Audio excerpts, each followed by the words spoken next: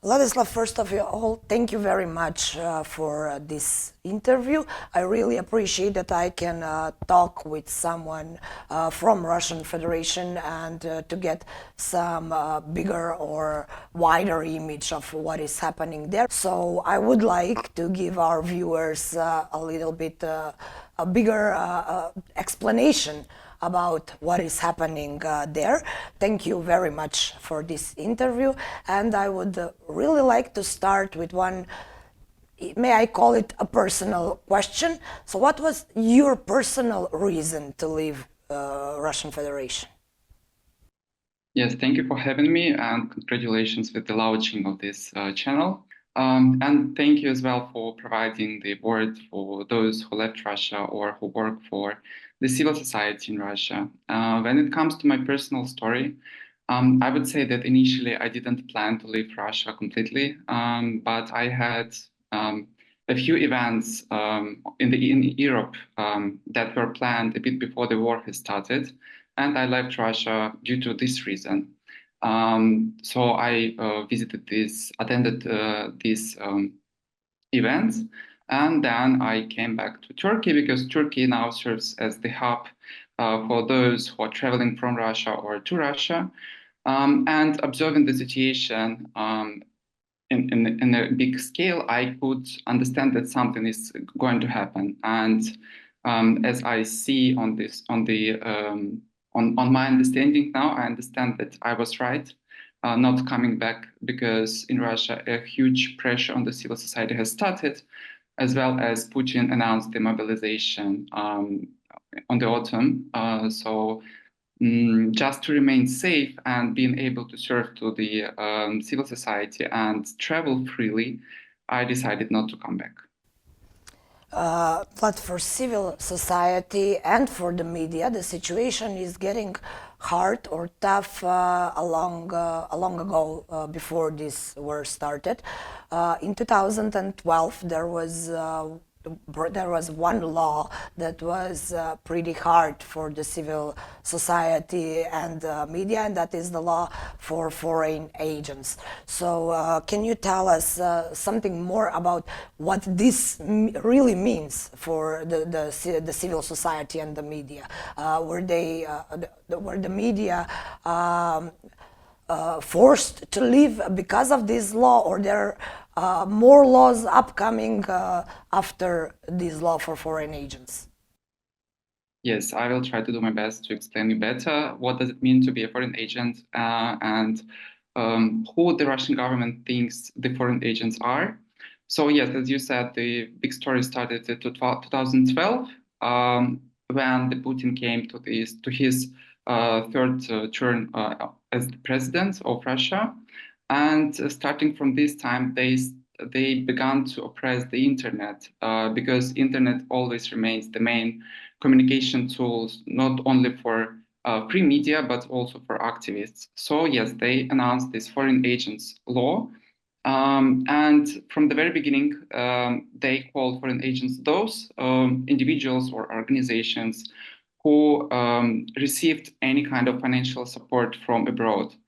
So the biggest attention in that time was on the international organizations in general. But together with this, they also introduced a few more restrictive laws that made the situation even worse. And they tried to justify their actions by protecting the children. And, always the big things are happening when someone wants to protect children. And this situation happened in Russia. So they tried to protect children from the harmful information, and they started introducing different laws. But I will focus now only on those who include the big amount of who involve internet concept into this. So it was a blogger law that was later cancelled. So this law is not active anymore, but still they're trying to oppress the bloggers. And by bloggers, I mean those who freely speak on the current situation, but also media.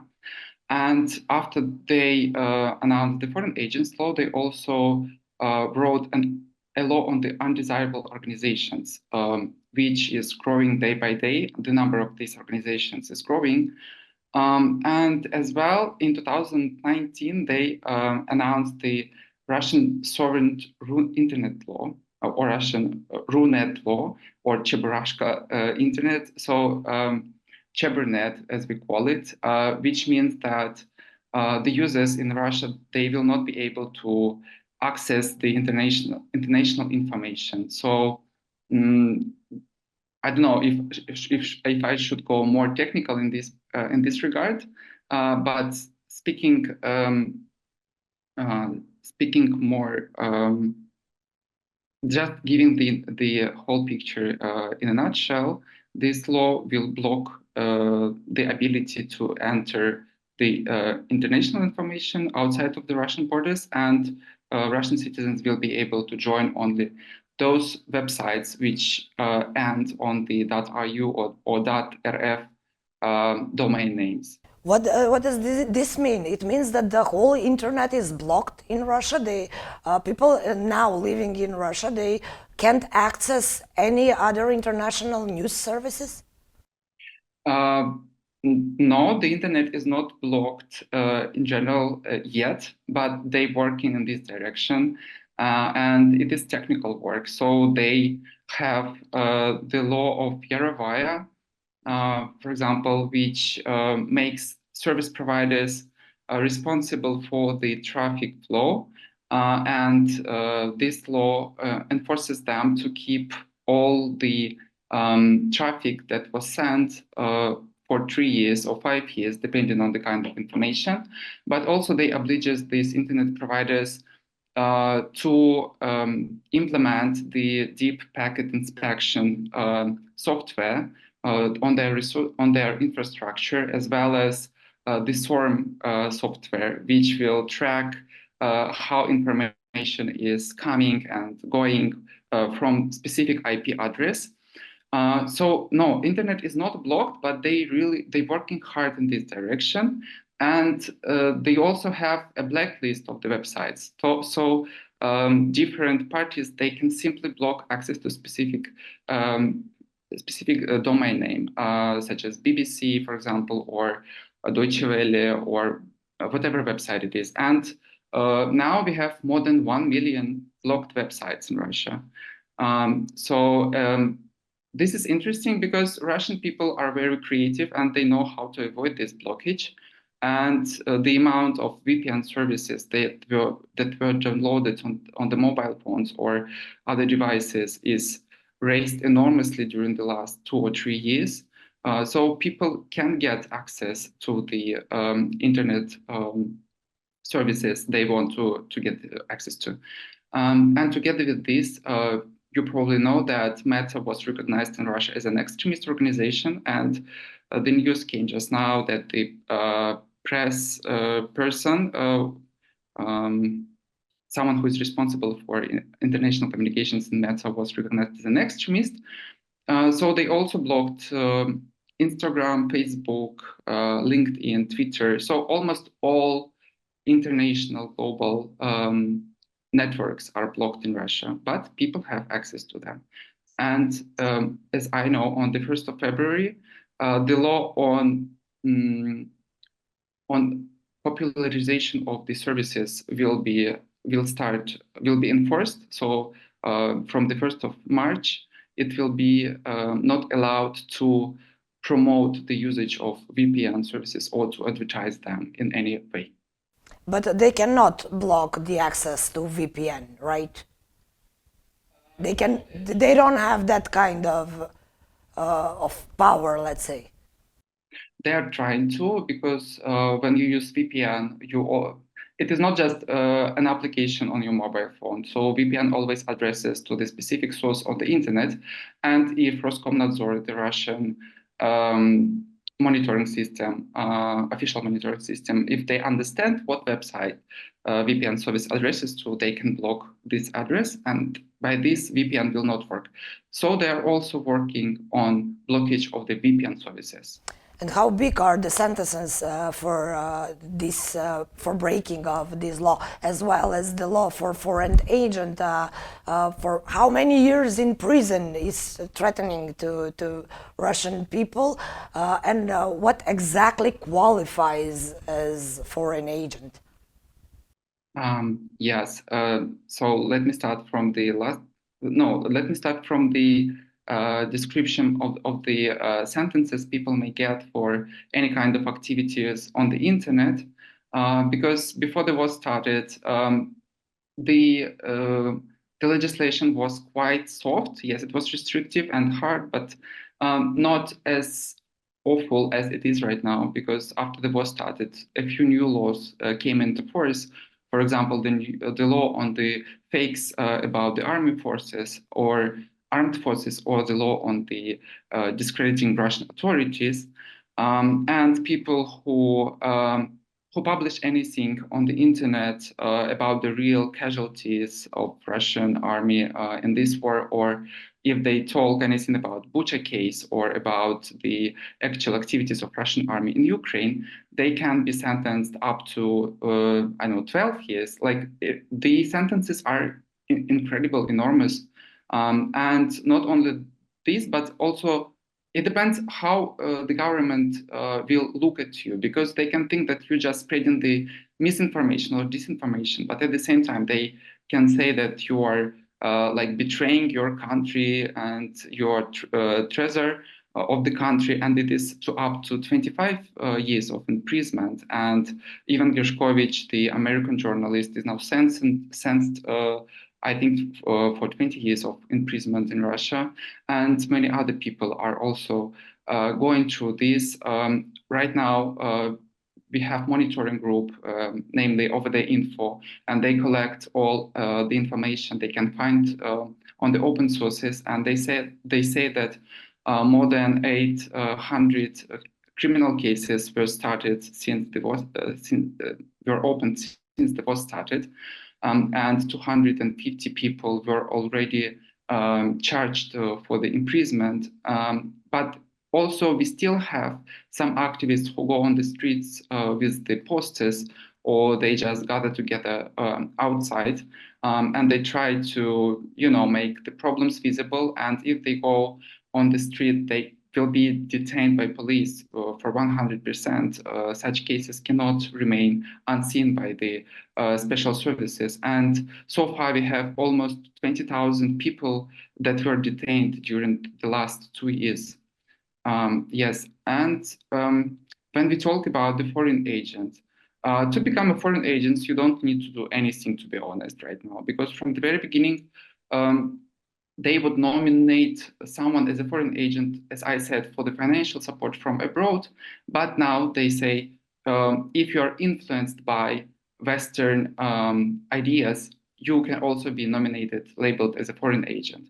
If you, I don't know, give a comment to the Western media, you can also be labeled as a foreign agent. Or if you just travel around and you cannot explain, if you travel around the globe and you cannot explain where did you go, if you communicated with anyone outside of Russia, you can be nominated as the foreign agent. Yes, and it is crazy. And now we have I think almost 1,000 of people, individuals, media organizations, as well as NGOs and non-profit organizations as the foreign agents.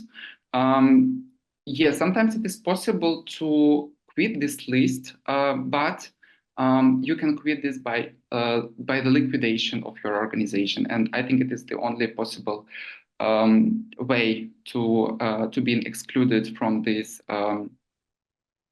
category. And they have different categories for different groups.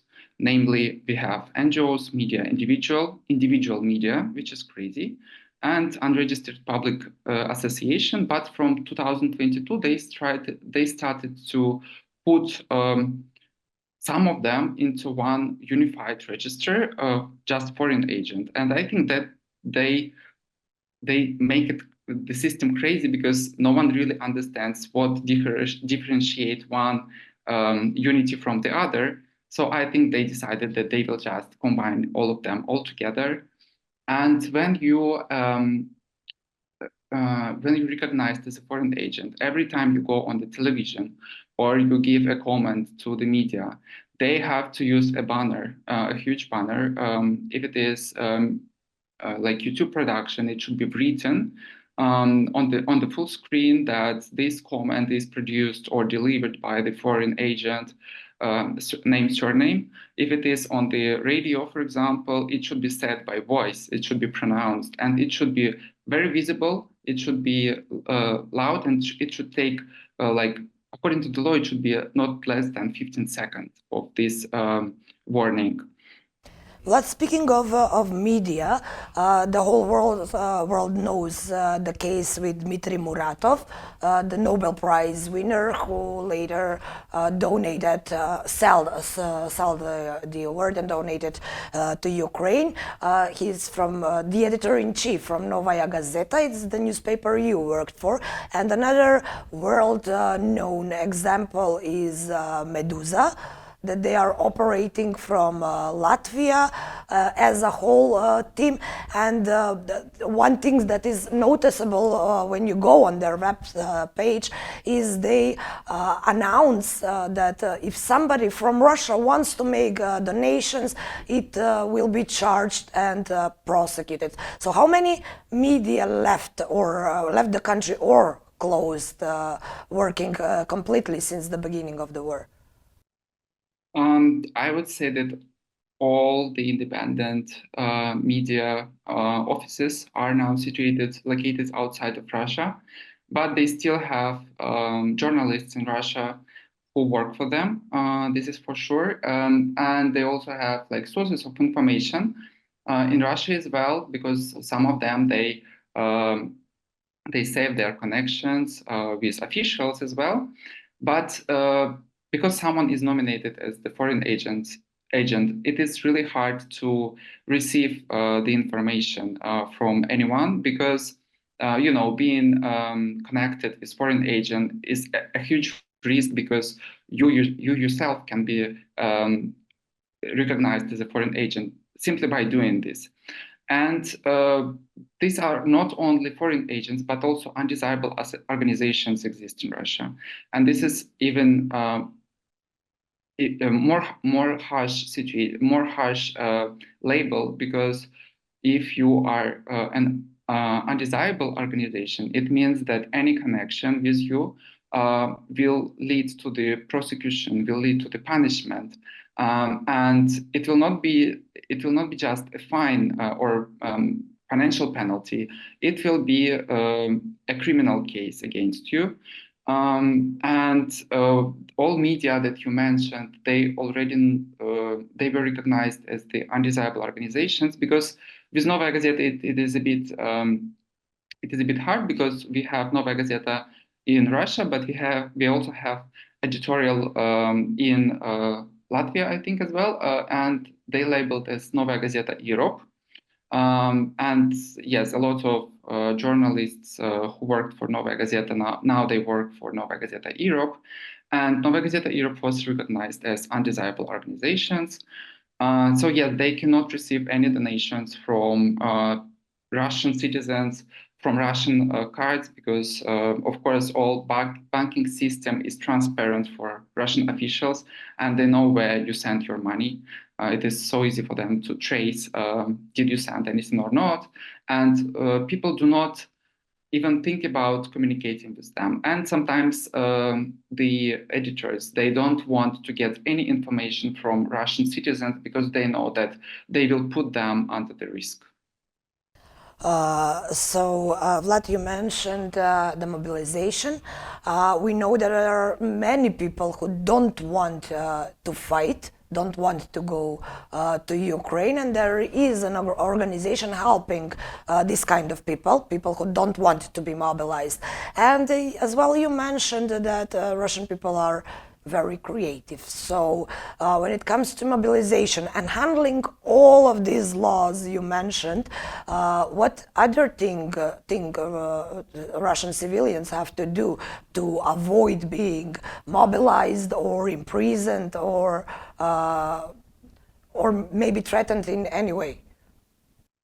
Yes, indeed, a lot of people they do not want to participate in this unfair war, and they searching for the information how to avoid the military service. And at the very beginning, everyone was so frightened, and they didn't know what to do and how to act because Russia were sending the invitation to the military service offices like just to check your documents or just to make a medical observation. And of course, they were lying because when you came to their office, they would give you a prescription to come next day or 2 days after today to be sent to Ukraine. But civil society in Russia remained creative, indeed, and now we have a lot of different projects that help in avoidance of military services. Some of them they work in the information direction, so they provide the guidance on how to leave Russia in the most possible safe way.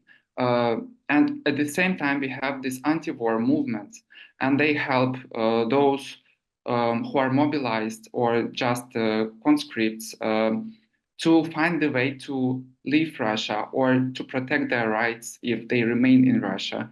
They say what to do because they always follow what is going on and they can get the information from their sources. So they know what is happening and they can give breaking information to those who are trying to avoid the service and for those who remain in Russia. But they also help those who are already on the battlefield, who already located in Ukraine, because when people are there, they realize that they do not have any rights, and they understand that they are not killers. They don't want to kill Ukrainian citizens, and when they witness the reality of this war, they want to avoid the service, and they can also contact these organizations by internet. As I said, internet is powerful, and ask them to provide any kind of support so they can take kind of vacations and never come back to Ukraine. Well, when we talk about internet and surveillance, we know that there is a surveillance of Russian citizens from the government. So tell me, is it hard to leave the country? Do they check your phones, your internet history? What if you ever mentioned something against their politics? Will you be taken for interrogation at the exit of the country, or? Yes, if you talk specifically about those who are obliged to go to military service, they cannot go through the main border and use a normal way of transportation. So they need to find a special ways because Russian border is huge, and it has a lot of holes, and these people can leave the country using these opportunities. But those who just want to travel or they plan to leave country and don't come back, yes, sometimes they get interrogated on the borders, and this communication with the custom representatives, it can take up to 5 hours, and sometimes, yes, they check your mobile phones, your other devices, and if you think that you will put your mobile phone into the luggage, it will not save you. I mean, they can take your luggage and they can also check what you have inside if they have questions for you. But we have a guidance, and it says what you have to do before you plan to leave the country. And these guidance are prepared from these organizations who provide the help for those who are planning to leave the country. Um, yes, these interrogations, they are not common, I would say. They can pick someone from the crowd and just talk with them, especially if these travelers are men and if they are fall under the service age. I mean, from 18 to up to 35, for example. And women are more safe in this regard. So, but sometimes even women get interrogated if, for example, special services have information that they somehow connected to these foreign agents, undesirable organizations, or simply if they work as journalists. So we can conclude that there is a civilian disobedience in Russia, that there are a lot of people who do not agree with the full-scale invasion. Yes, for sure. And let me ask you one thing, because it was the Russian president, it's his first showing up in an interview of foreign media. The American journalist who went to Moscow, they made the interview directly from Moscow. So you are a journalist and a researcher, so what is your opinion about that specific interview? Yes, if we talk about this interview, we should understand that it was not for the Russian viewers. It was for the Trumpists who support Trump for the next presidential elections. And probably it worked well for the American audience. But among Russians, for us, it was just another time we heard all this historical justification of Putin who started the war. And for us, it was just another time we heard all of this nonsense.